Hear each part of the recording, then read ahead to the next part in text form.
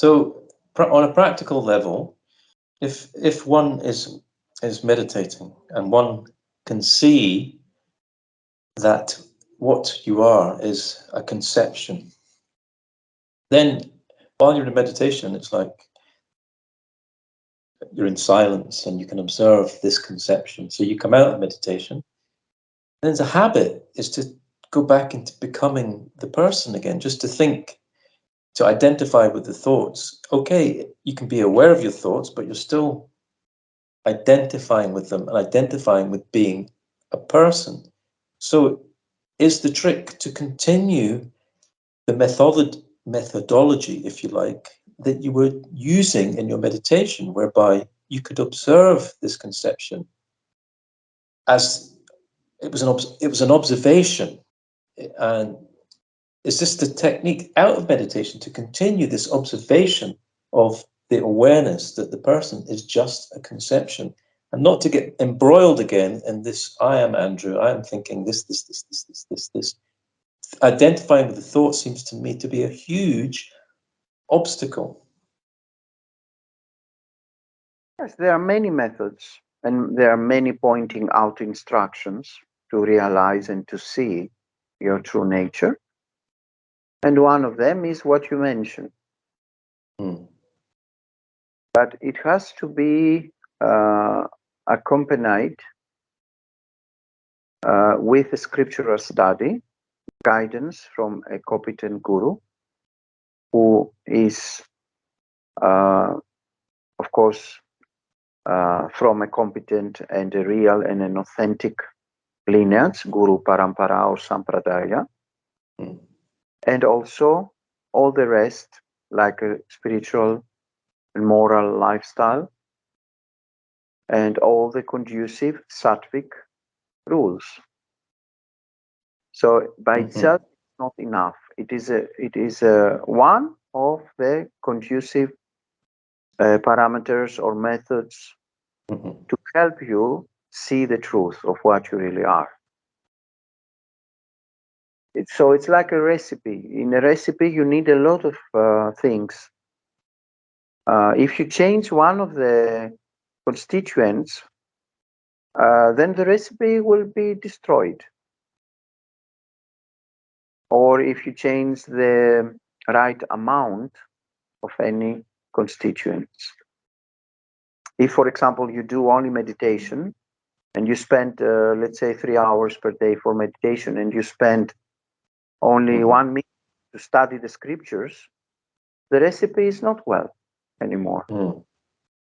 So this is, for example, a phenomenon of the New Age followers.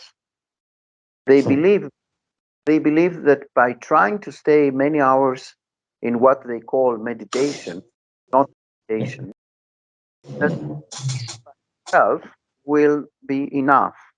But that is not the truth. Meditation cannot be itself enough. It's one of the constituents, a very important one, yes, but you can have self-knowledge only with meditation. The same, you cannot have self-knowledge only with scriptural study as well. You can have scriptural study enough, you can do meditation enough, and if you don't have a guru, then again the recipe is not complete. You can have a guru, a competent guru, you can belong to a competent sampradaya or guru parampara, an authentic spiritual lineage. You can do enough meditation, you can do enough scriptural study, and then if you don't follow a spiritual or a moral lifestyle, again the recipe is not well. It will not bring success. So there is this need of following all the descriptions of the sastras, of the scriptures, and use the right amount of the constituents and all the constituents of the recipe. Yeah, I understand. And just on one of those constituents, the grace of the Guru, the blessings of the Guru. I was reading in Ramana Maharishi PDF you sent me, and he really emphasized the grace of the Guru and how important it was. As I think that he was asked, I can't exactly remember.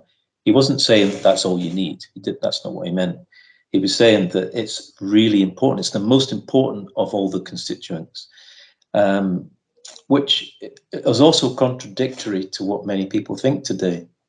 Many people think you don't even need a guru. As you say, you can just meditate, or you can just study a bit and meditate.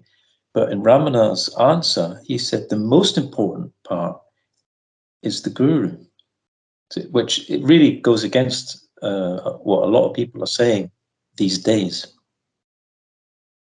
Exactly, because they don't understand the basic point of having a guru, which is simply that the nature of the guru is your own infinite self as consciousness awareness.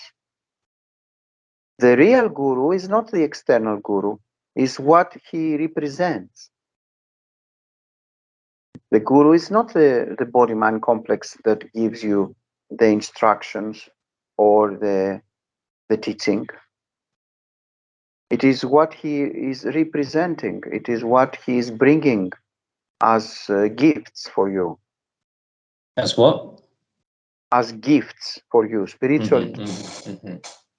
It is what he is symbolizing. It is what he is pointing out to you, which is your own self.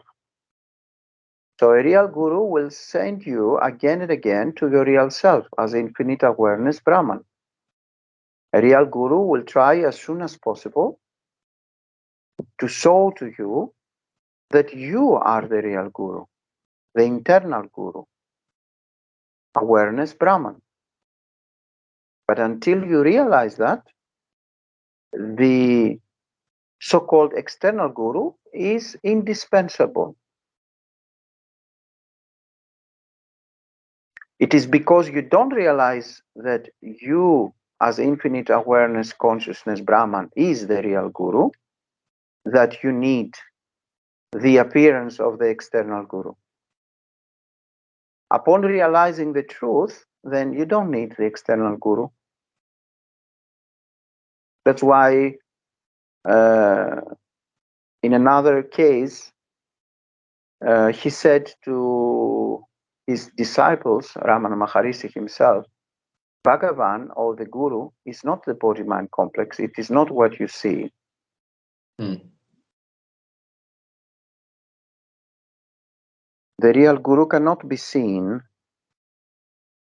because the real Guru is your own self, and your own self as infinite consciousness, awareness, Brahman, cannot be seen as an object, of course. Can be seen only with the inner eyes of wisdom, of self-knowledge. So the Guru is indispensable, the external Guru, until you are ready to go beyond the need of an external Guru. But a real Guru is not easy to be found in this era, unfortunately. A real Guru will never charge his disciples or his students.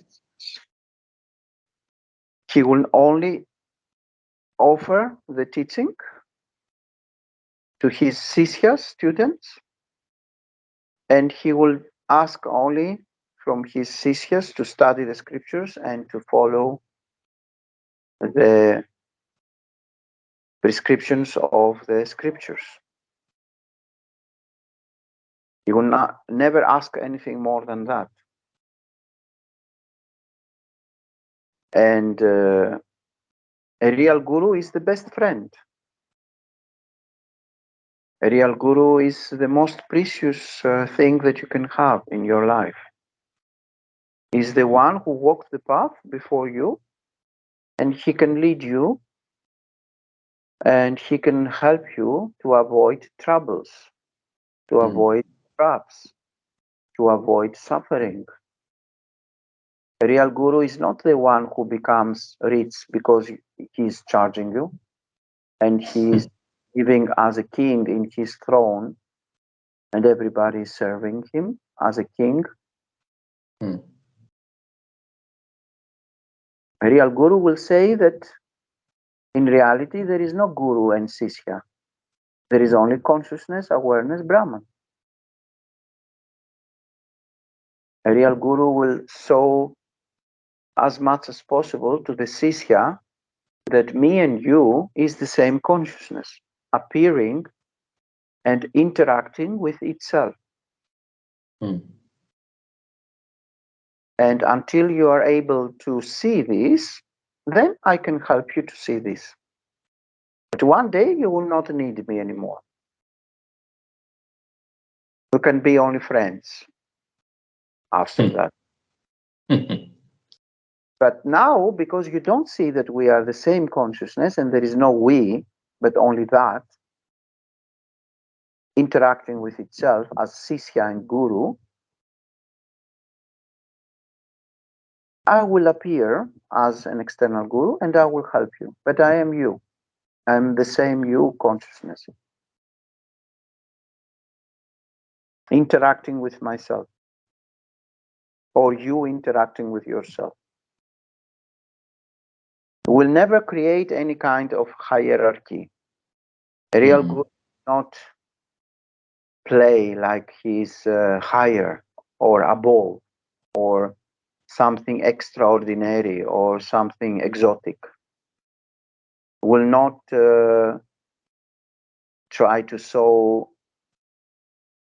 mystical powers or exotic siddhis and riddhis, occult power, in to gain disciples or followers or sishyas. He will be just as humble as possible. He will appear as a normal human being. He will never create any kind of hierarchy, any kind of superiority. Will never charge, or use his position as a guru to gain anything for himself, for selfish interests. He will live a simple life with just surviving, just normal surviving. He will not care to create wealth or money. He will not care to attract money or disciples or sishyas, students. He will only wish to help as much as possible. But because there is no such a guru in our era, and whatever I mentioned is exactly what you see on the opposite, that's why people don't trust and they don't wish to have a guru. Or those who trust and they want to have a guru, because of their lack of discrimination, they go to the famous so-called gurus. They go to who have wealth and a lot of disciples, and they are very famous, and they just become lost.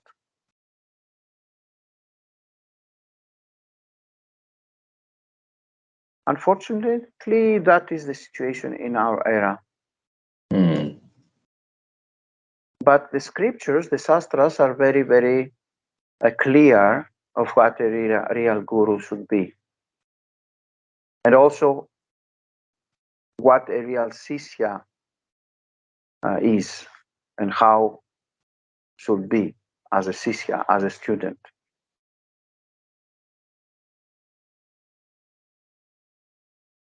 But people do not search for these descriptions or prescriptions. They just go like the masses on those apparent gurus or fake gurus who are just famous, rich, and wealthy, and with a lot of marketing tools.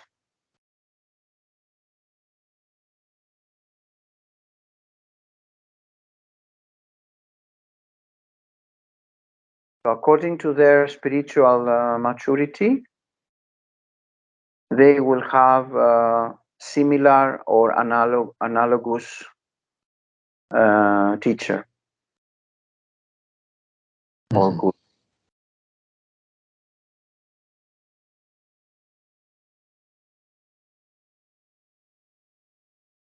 So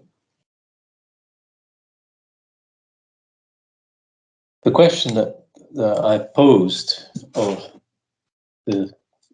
what I talked about previously, when Ramana Maharishi was talking about the grace of the Guru, and trying to formulate this into a question, it's quite difficult. Is it if the Guru and the Sisha are one consciousness, and as you said, the Guru's role is to convince or point out that this is the case, because the Sisha has no idea that both the Guru and the Sisha are the same. So how does that idea that we are one consciousness fit in with the concept of blessing? Because it's like with the concept of blessing or grace, it seems like there's two individuals, one blessing the other. So that's obviously not quite accurate. Can you comment on that? Yes, a guru will remove the obstacles for the grace to be seen. The grace is always there, but covered, veiled. You are not ever far away from the grace of your own self as infinite consciousness, awareness, Brahman. You cannot be in distance from that.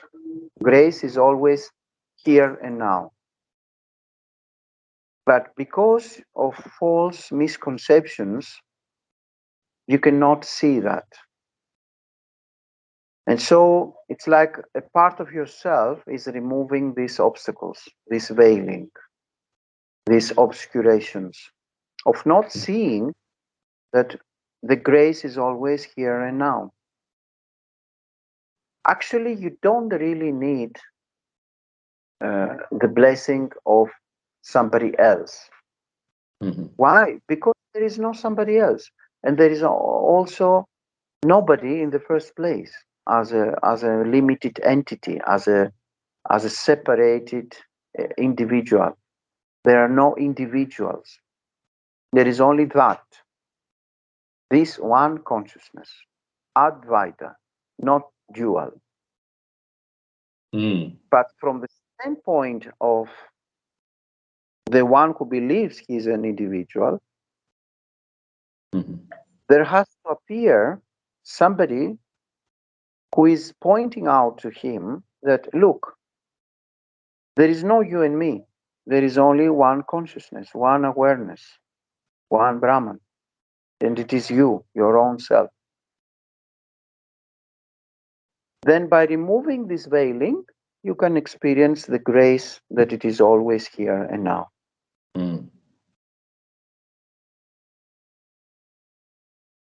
So in the Vyavaharika reality, the experiential reality, which is also part of the dream, it works.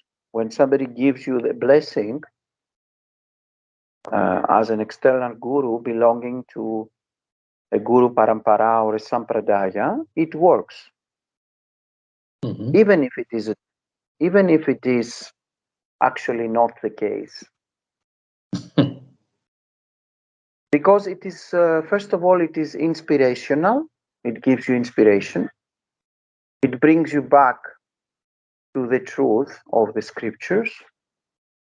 And in the level of the thing reality, because there is not only the apparent flesh and bones body, there is also the thing body, the causal body, and the sukshma sarira, not only the. So from this point of view, from this standpoint, the blessing really does have an influence, a positive influence. Just like when somebody is dreaming and have an accident and he has all kind of pain and suffering, and in the dream there is a dream ambulance and a dream hospital and a dream painkiller. Everything works fine. The same in this dream reality. We have a harika, experiential reality. There is this apparent transactions of somebody who offers you a blessing, and this actually works. But it is in the level of the dream. Actually, as infinite awareness, consciousness, Brahman, you don't need any kind of a blessing from somebody. Because there is no somebody and there is nobody in the first place. But that is for the Paramartika teachings, the absolute truth.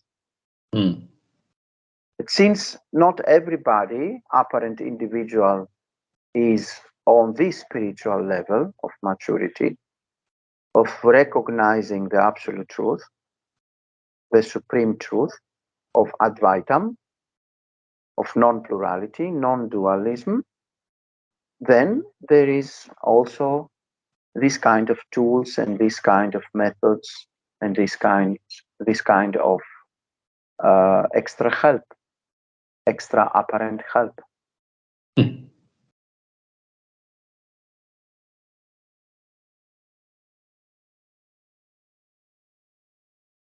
So if Andrew don't have anything else to see, we can close for tonight.